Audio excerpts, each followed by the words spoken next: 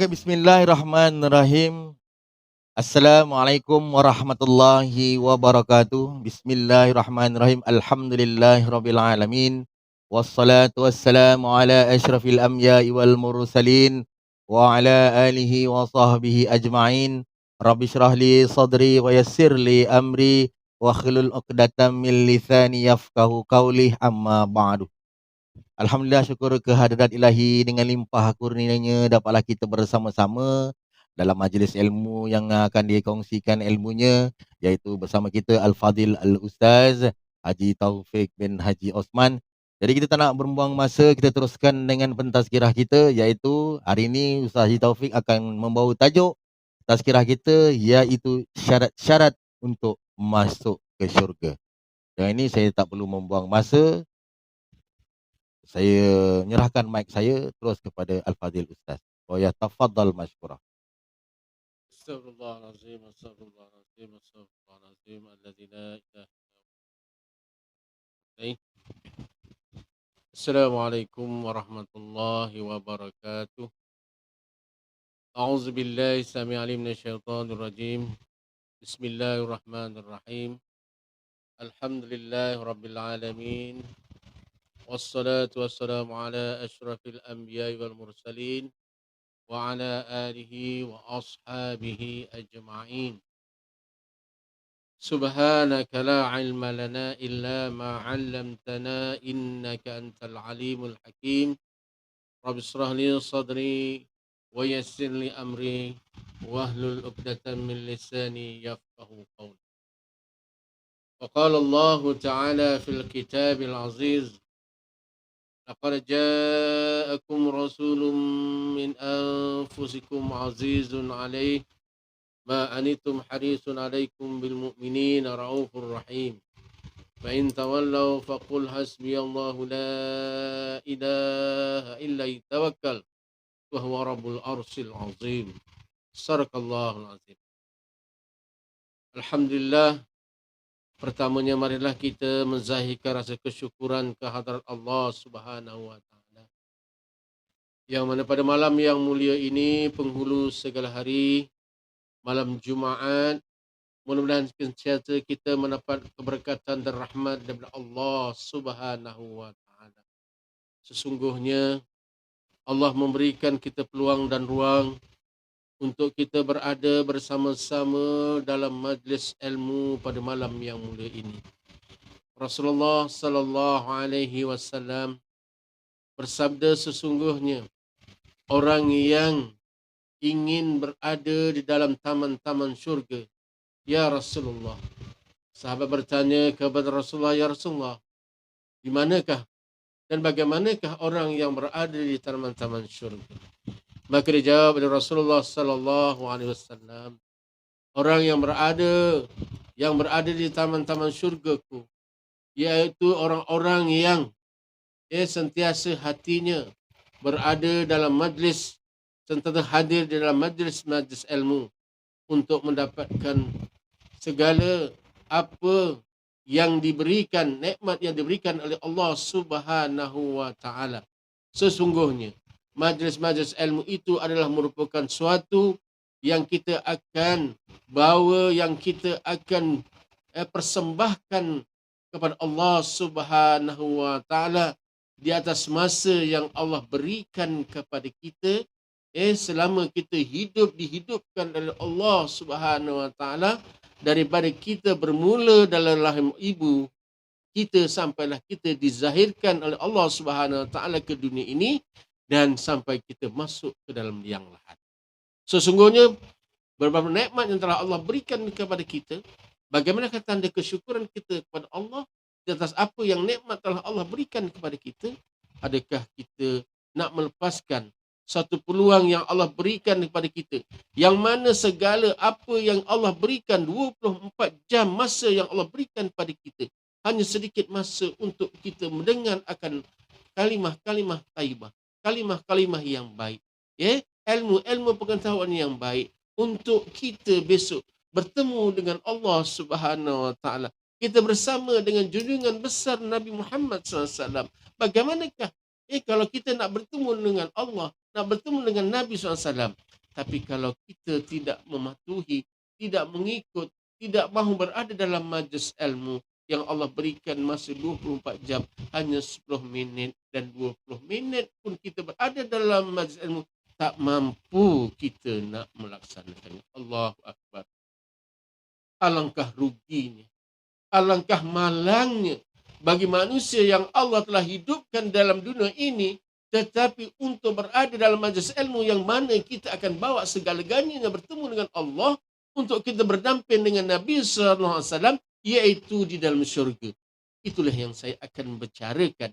Yang akan saya bicarakan pada malam ini, iaitu syarat-syarat orang yang berada dalam syurga Allah Subhanahu Wa Taala.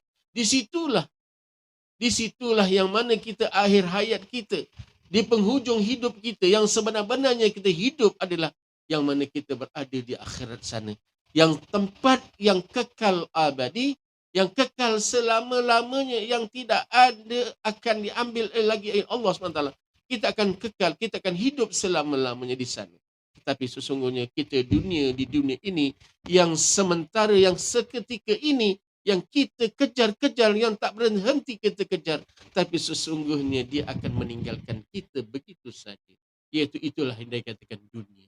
Dunia itu sesuatu yang akan kita tinggalkan.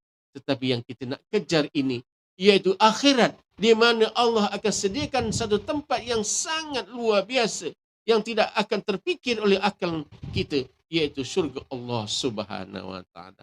Untuk kita mendapatkan syurga Allah, kita perlu beberapa perkara yang perlu kita laksanakan, yang kita perlu amalkan, yang kita perlu lakukan untuk kita mendapat rahmat daripada Allah, syurga Allah Subhanahu Wa Taala. Salah satu daripadanya, saya akan menyatakan 4 perkara, iaitu mana kita akan ditempatkan, kita berada dalam syurga Allah. Syarat-syarat untuk kita menjadi tetamu Allah, iaitu di syurga Allah Subhanahu Wa Taala bersama dengan junjungan besar Nabi Muhammad sallallahu alaihi wasallam, kekasih kita. Dengan sebab adanya, dengan sebab diwujudkan, dengan sebab dilahirkan akan Nabi sallallahu alaihi wasallam, maka Allah turunkan rahmat di dunia ini. Wa ma arsalnaka illa rahmatan lil alamin. Tidak aku utuskan wahai Muhammad, melainkan aku memberikan rahmat kepada seluruh alam ini, seluruh manusia, seluruh makhluk di dalam dunia ini. Dengan sebab itulah Allah memberikan kemuliaan kepada Nabi Muhammad sallallahu alaihi wasallam. Sebab itu kata Nabi SAW, syarat-syarat untuk berada dalam syurga, dalam syurgaku bersama-sama denganku, salah satu daripadanya. Saya akan sebutkan satu persatu, dengan tidak memberikan kupasan yang panjang dan makan masa yang panjang. Jadi yang pertama sekali, iaitu orang yang menjadi tetamu Allah, berada dalam syurga Allah Subhanahu Wa Taala, iaitu orang yang mengekalkan melaksanakan malam, iaitu bangun malam melaksanakan tahajud. Kelebihannya, luar biasanya, orang yang bangun malam melaksanakan solat tahajud, menghadap kepada Allah SWT, mengabdikan kepada Allah SWT, dalam maknanya kita muhasabah diri kita, dalam keadaan kita menangis dengan Allah SWT dalam kesunyian. Ketika itu orang nyenyak tidur, orang serasa seronok tidur, tetapi kita malam itu kita bangun, kita munajat dengan Allah, kita menangis dengan titisan air mata mohon ampun dengan Allah, kita mengharapkan surga Allah Subhanahu Wa Taala. Orang yang menangis pada waktu malam untuk bangun malam kerana untuk tahajud, maka air mata yang mengalir dengan berlakunya dengan keinsafan yang lahir daripada hati yang murni ini, maka itulah yang akan memadamkan api neraka. Kalaulah api neraka sudah dipadamkan oleh Allah Subhanahu Wa Taala, di manakah lagi tempat kita? Maka disitulah dikatakan salah satu syaratnya, iaitu kita bangun malam, kita bertahajud, menangis, menitiskan mata dalam keadaan orang tidur, tapi kita bangun malam untuk memohon ampun dengan Allah, munajat dengan Allah, maka lain tidak adalah syurga lah tempatnya bagi orang yang bangun sembahyang tahajud. Tuan-tuan rahmati Allah, sesungguhnya satu ketika seorang sahabat dia bermimpi dalam mimpinya. Dia bertemu dengan seorang wanita yang tidak pernah dilihat dalam masa hidupnya.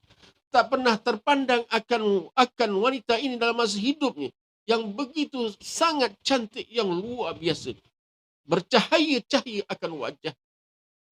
Maka ditanya oleh sahabat itu, siapakah kamu? Siapakah kamu? Siapakah kamu? Aku adalah penghuni di dalam syurga. Bagaimanakah aku untuk berdapat bersama dengan kamu, wahai penghuni syurga? Maka dijawab oleh bidadari itu tadi, sesungguhnya mas kawinnya engkau nak bersama dengan aku dalam syurga Allah Subhanahu Wa Taala adalah orang yang sentiasa melaksanakan solat malam, iaitu solat tahajud. Maka ia ada, itulah kata bidadari tadi, inilah dia kata mas kawin aku untuk engkau bersama dengan aku dalam surga Allah Subhanahu Wa Taala. Allahu Akbar, tuan-tuan Allah. Sesungguhnya alangkah hebatnya orang yang melaksanakan solat tahajud. Orang yang melaksanakan mengekalkan solat tahajud, kata Imam Adham Ali Saufi, dia mengatakan bahawa orang yang melaksanakan bangun malam untuk solat tahajud, maka Allah akan selamatkan dia. Allah akan tetapkan kakinya untuk ia tidak jatuh ke dalam neraka ketika ia meniti tentang surat. Allah akan jaga, Allah akan pandu, Allah akan selamatkan dia daripada terjerumus ke dalam neraka dengan sebab melaksanakan salat tahajud. Maka Allah maknanya mengawal akan dirinya. Subhanallah. Maka sejak daripada itu, di atas mimpi yang dia dapat, yang digambarkan ketika dalam mimpinya itu, Ibn Adham tidak pernah meninggalkan solat tahajud sampai akhir hayatnya. Terhormati Allah. Ini kalau Ustaz nak terangkan tentang kelebihan sembahyang tahajud, sangat banyak. Sebab kata Nabi SAW, amalan-amalan yang paling mulia di antara amalan-amalannya adalah amalan yang dilaksanakan pada malam, iaitu melaksanakan solat tahajud. Itu yang pertama. Yang keduanya, ialah orang yang menjadi syarat untuk dalam syurga Allah SWT bersama dengan Nabi SAW, iaitu orang yang mengiratkan silaturahim. Orang yang menyantumkan satu rahim. Kalau anda kata kita ada berselisih faham dengan keluarga, terutama nasab, keturunan sebagainya, Allahu Akbar, kembalilah kepada jalan Allah, redalah, terimalah, kembalilah, bermaaf-maafanlah, cantumkanlah silaturahim supaya kita mendapat tempat dalam surga Allah Subhanahu Wa Taala. Kalau tidak, maka terjauhlah kita daripada untuk bersama dengan Nabi SAW dan bersama dengan sahabat-sahabat, dengan para anbiya-anbiya yang berada dalam surga Allah SWT, kalau kita tidak mencantumkan silaturahim. Allahu Akbar. Bukan bermakna silaturahim itu dengan saja kita hantar SMS, atau kita maknanya bertelefon, kita email, itu Instagram dan sebagainya. Itu tidak sama dengan kita yang dikatakan menyantumkan silaturahim. Kita bersemuka berdepan, kita ziarah, kita tengok keluarga kita, kita bermaaf-maafan, kita berjumpa dengan orang tua kita. Allahu Akbar. Itulah yang dikatakan mencantumkan silaturahim. Kita hadir, kita tengok akan wajahnya. Yang kita tengok tu ibu kita, ayah kita, itulah syurga kita sebenarnya. Itulah yang kata karamah kita. Kalau tidak ada lagi, kita dah tak ada ibu dan tidak ada ayah, maka ketika itu yang dikatakan karamah untuk kita sebagai untuk membantu kita untuk kita terlepas daripada azab Allah Subhanahu Wa Taala, amat jauh segala terhormati Allah. Sekiranya siapa yang masih ada ibu, masih ada ayah, kalau kita bersaudara mara, kita bertelegah dan sebagainya, kembalilah sebelum terlambat, sebelum kita diambil oleh Allah Subhanahu Wa Taala. Sebelum nyawa kita diambil oleh Allah Subhanahu Wa Taala, kembalilah kita ke pangkal jalan.